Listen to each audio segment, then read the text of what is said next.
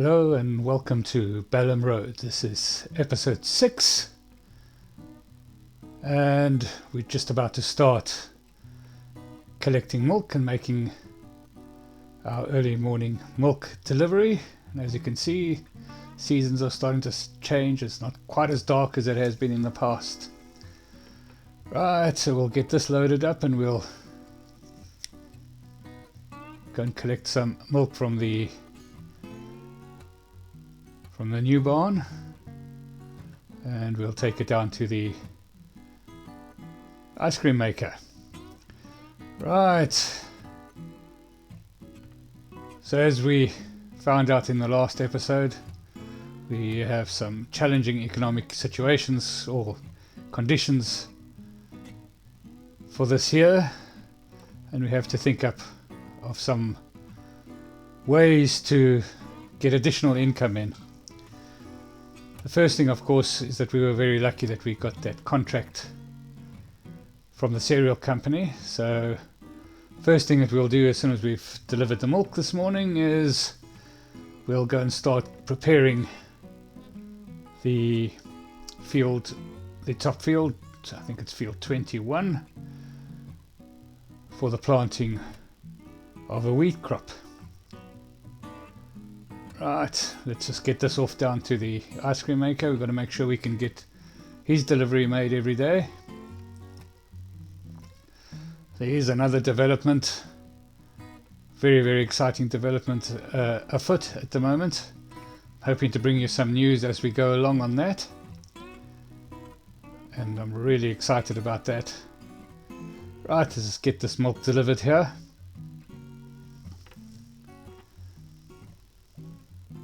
Of course, this is not going to be anywhere near what we've been getting in the past. Let's see how much we get for this 8,000.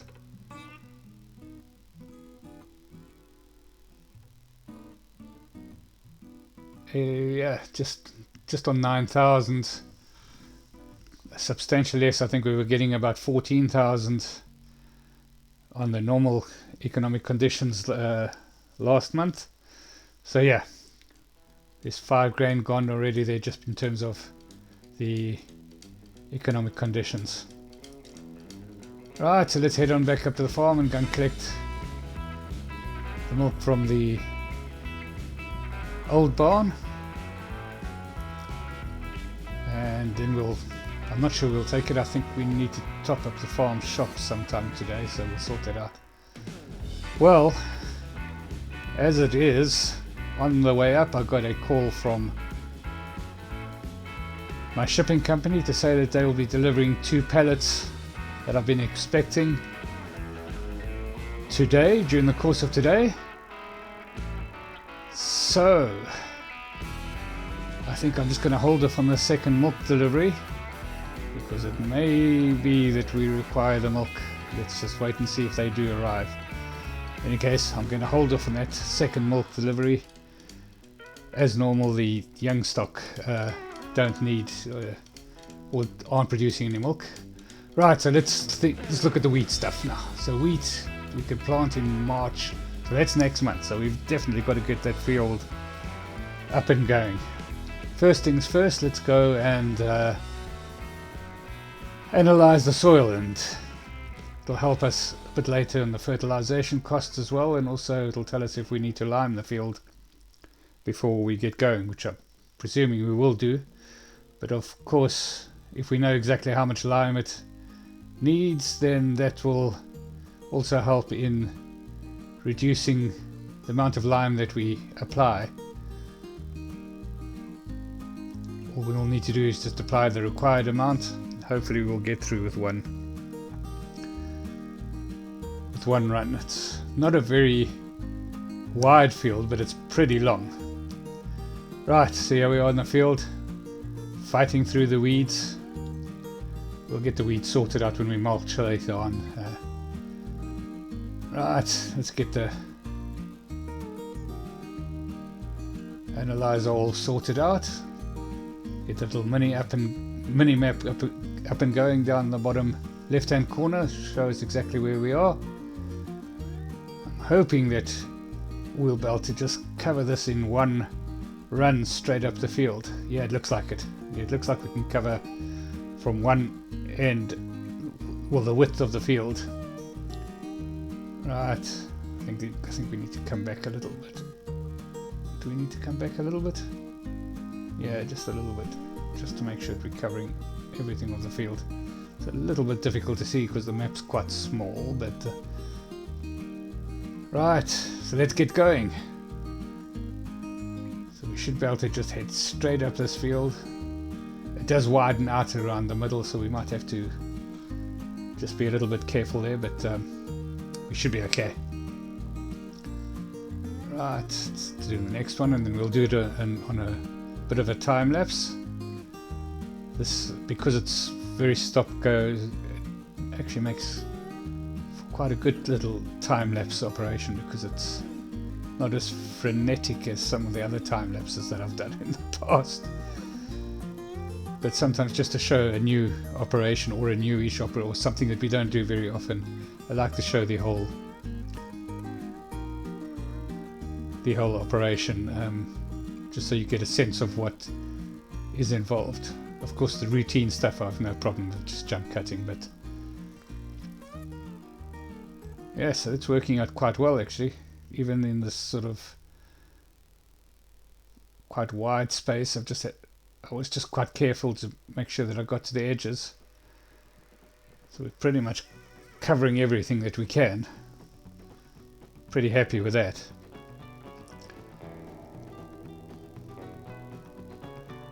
Yeah, and of course we need to try and make sure that our environmental score remains at least neutral, so at least 50%, so we're not losing money on any deliveries.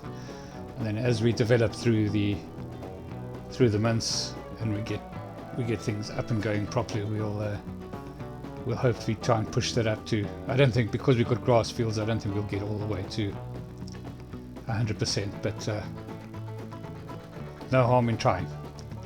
Right, we just get those, send those off for analysis. We should be coming back any minute now, and we'll know. I suspect this will be the same as the other field. Most of the fields are sort of soil around here is sandy loam. Yeah, that's the same. Yeah, not a problem. We'll see what it does later on in terms of the healed. Hopefully we'll get close to 100% healed. Right, let's get this lifted up, folded up, and back down to the farm. And then we can go and next job. Yeah, so let's have a look and see. Yeah, so we had 50%. Happy enough at this point in time with that. Yeah, it's pretty much all sandy loam up there. Let's get this back to the field, and yeah, looks like we will have to do, yeah, we definitely need to lime, so let's go and lease ourselves a lime spreader and buy some lime and get that onto the field.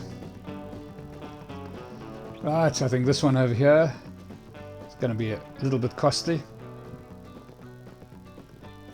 but we will have quite a few months getting income in if we can limit all our purchasing to, at least all our leasing to 1 month of those subsidies that we're going to be getting from the cereal company. Then we'll be quids in, as they say. Right, I'm going to get this as big as possible because I don't want to be rushing back down to try and get everything done with one load. Get the styre down and come and pick this up. Oh, yeah, we're running a bit low on fuel. I think I'll just top up the fuel while we're here. I did service it just before we left because that lime spreader, I presume, is going to be fairly heavy, and it requires 130 horsepower to run, and we are exactly 130 horsepower, so we we want to make sure all those horses are working, as they say. We don't want any dead horses or lame horses. We load this up and see it goes. Hopefully, I don't anticipate that it won't. It's fairly flat, so I don't think we'll struggle too much with it. I think it'll run fairly well and at pretty much advertised speeds. Right, let's get this up to the top field. Well, before we do that, better buy some lime before we leave here. Right, so this takes 12,000 litres, so we'll put in, it takes 14,000 litres up, I beg your pardon, it takes 14,000. Each of these are 2,000 litres, so, no, it takes 12,000. What am I talking about? It takes 12,000. No, it takes 14,000. It does take 14,000. We're going to find out now. I've bought 7. I should have checked up for, I should have made sure, I suppose. We might be sitting with a, I'm pretty confident it's 14. Pretty confident it's 14.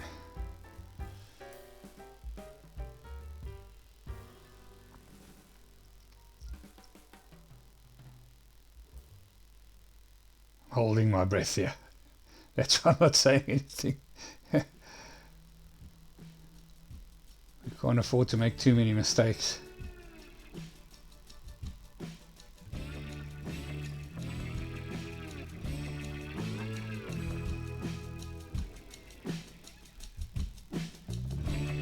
Right. Where are we at? 60%? Yeah, I think it's 14. Thank goodness. Thank goodness.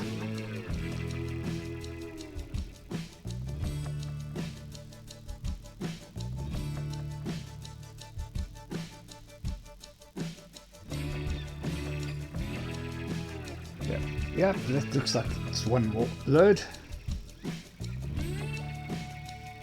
12,000 in already, so thank goodness. That went right for a change. Right, let's get up to the top field and start liming. Right, here we go. Just about there. So I like to mulch after I've limed, because then it mulches the lime into the ground as we are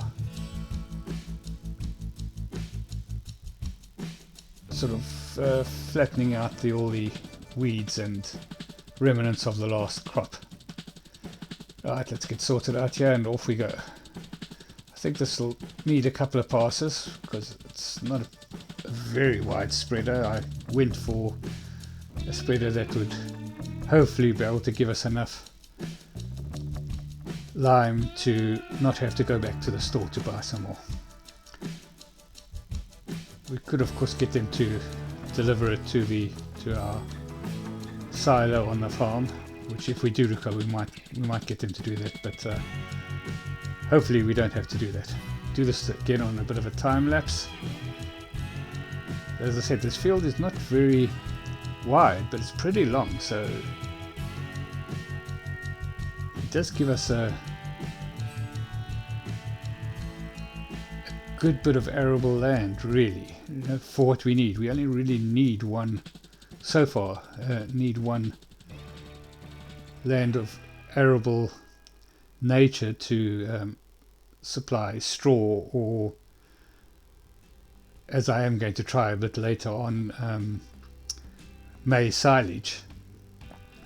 I'm very keen to try and make maize silage and see how that works out. It's quite expensive, but also give us a chance to play with some bigger machinery. Be interesting to see whether machinery will be able to handle these tight lanes on there in this area. We'll see. Right, let's offload this. We still got just over 2,000 litres of lime, so we don't want to leave that in the lime spreader when we return it to the store. And then we'll go and pick up a we'll go lease a mulcher. We'll get the mulching done now as well. Still haven't heard at this point anything from my shipping company as to what time they're going to be delivering my pallets, but we'll keep you informed in that. Right, so we just dropped off the lime spreader, and these mulches are so that one is 5 meters, needs 130 horsepower. Yeah, so that will work out okay. So the style belt to pull it, I think it's 5.6 meters. Yeah, much better than all the others. A lot of them I couldn't do with the horsepower available. Right, so here we go, let's get this leased.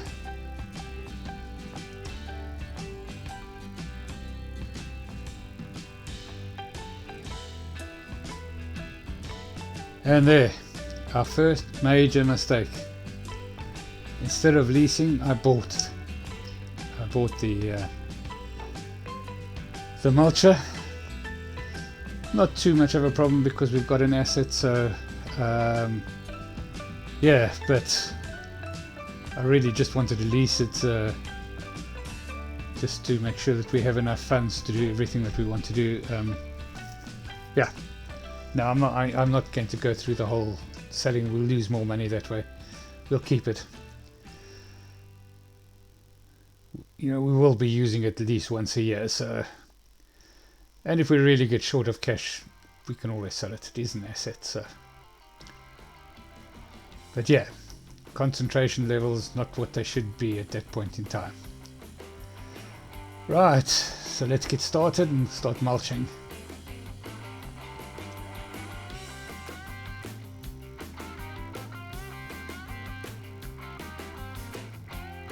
There we go. Right, so I'll do the headlands, and then we'll get one of the kids to come and do the work. The rest of the mulching, and we'll go and start on our deliveries.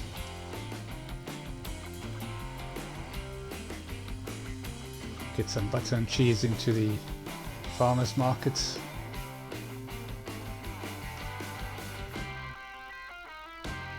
So I'll just do a couple of up and downs on the ends, just so that it's easier for the workers to turn around.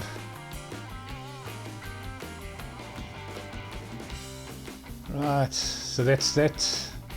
The headland's done. We've got a nice little headland at the top as well. We'll get this onto one of the kids to do the work, and then I'll go and start on the deliveries.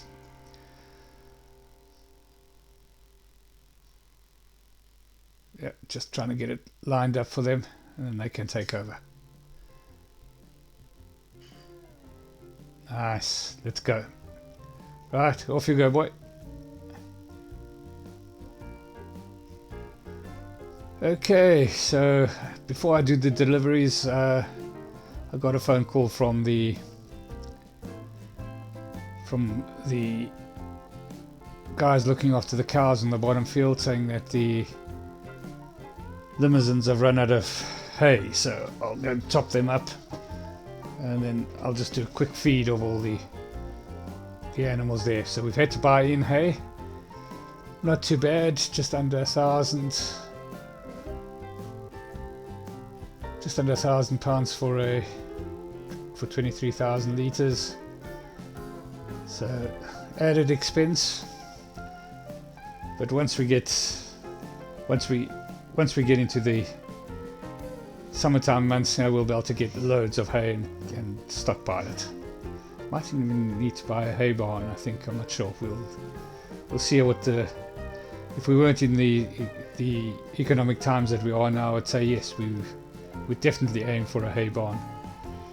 But we might have to use just some of the open barns just to keep the hay under the cover. Right, so there we go. They're happy now. They're full up again. So it looks like every second month we're going to have to top up with we're going to have to fill up with hay. we'll see what happens next month. Next month into March, so I still don't want to get on the grass fields in March. We'll start in April cutting grass again. We'll cut through to November, December, just try and get it all done by November.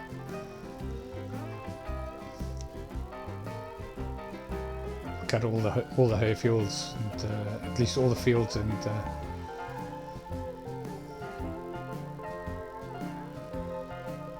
then we'll have to work out the ratios. It's probably sort of 50-50 silage. Depends on what silage is still left in the silage clamp. There's still quite a bit there, but yeah. So we'll split the grass, some of it into the silage clamp, and then some of it for hay, of course. Right, let's get this turned around and off we go. Whoop, so bump into a wall there with the tires.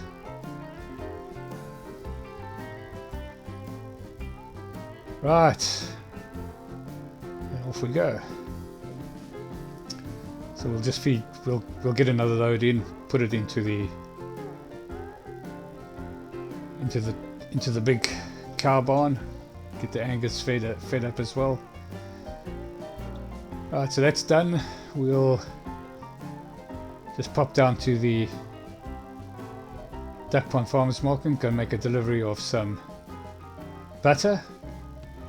Oh, and I've just been informed that my pallets have arrived at their destinations. Let's get this back undone, and let's go and have a look and see. And now we'll be able to find out what all the secrecy has been about. So I've been in negotiations with two areas on the map to put in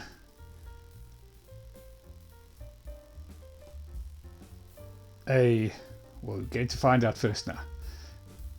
There's the pallet there. Can you guess what it is? So we've negotiated a spot on this piece of land, and I'll show you where the other one is just after this. I'm excited. We'll get the crowbar out and get this unpacked and get it ready, and we'll make a delivery in a little while to it. Let's get the crowbar in. Pretty tough. They've really sealed this thing up nice and tight.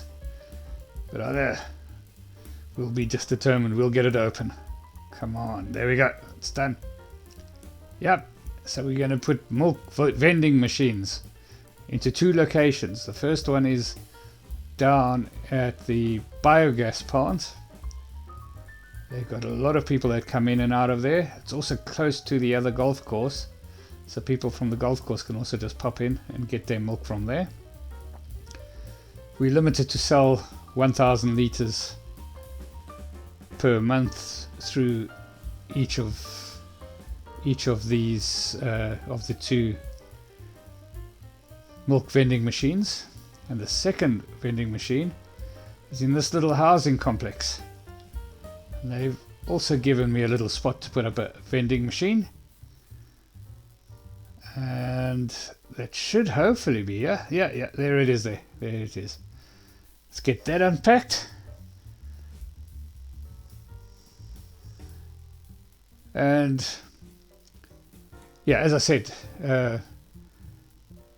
these vending machines can take more than 1,000 litres, but I've limited myself to 1,000 litres per day stroke month to be sold through here, because it's sold at quite a bit higher price to the average.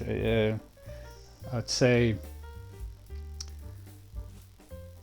so, and also to be realistic-ish, you wouldn't sell 10,000 litres worth of milk through there in a month into a complex this size. I may over time increase the biogas plant down to 2,000 litres, but we'll see.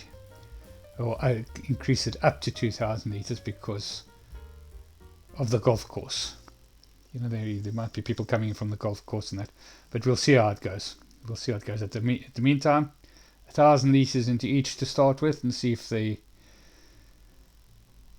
it sells or not. Right, I've also had a specialized delivery system, just because it takes 1,000 litres, so I know exactly how much I'll be delivering into them. Just made up of some scrap iron and tanks that we had on the farm. We've had it all professionally cleaned out and professionally made. That's why I'll need to go and collect it down from the store. It's all been food graded, and yeah, cost just over £1,000 to have it made, but at least I'll know exactly how much to put in, so we won't oversupply those two places. Crucial not to go over 1,000 litres. Right, so we just need to go, and before we go and collect it, we'll just, so the kids are finished the fields. I'll just go and pick up the tractor and bring it in. Let's just see what that's looking like. Yeah, so pH level is good, perfect. All the weeds are gone, nicely mulched, and ready for what I hope will be direct seeding in March. Right, before we make those deliveries to those new places, we don't want to do it with a dirty tractor, so we'll give our tractor a nice clean, get it nice and shiny, and then go and pick up the trailer and come and make our first deliveries to the vending machines.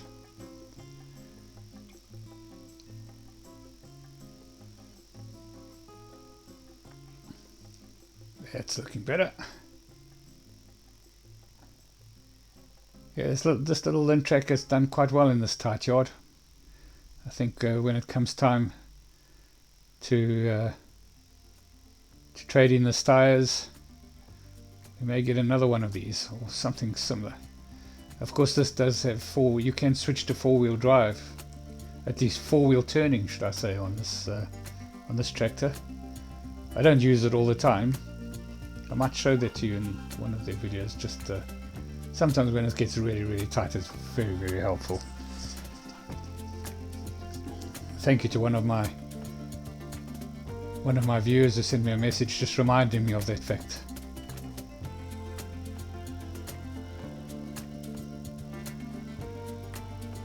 Let's get this loaded up. Yeah, it doesn't look too bad behind this little nice clean tractor. Go and load up 1,000 litres, and we'll take this first load to the housing complex. Yep, exactly 1,000 litres, and we'll go and put that in.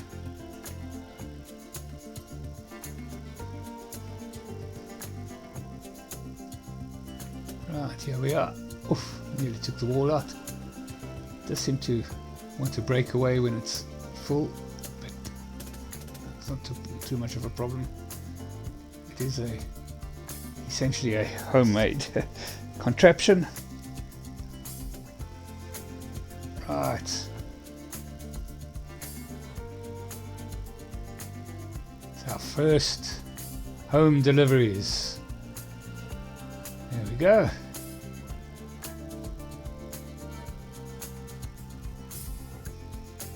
And it's about 1,400. There we go. That's not too bad in hard economic times. So I'm going to say in the better. When times are a little bit easier, it's going to be very lucrative. We'll fill up again, and we'll take this next load down to the second load down to the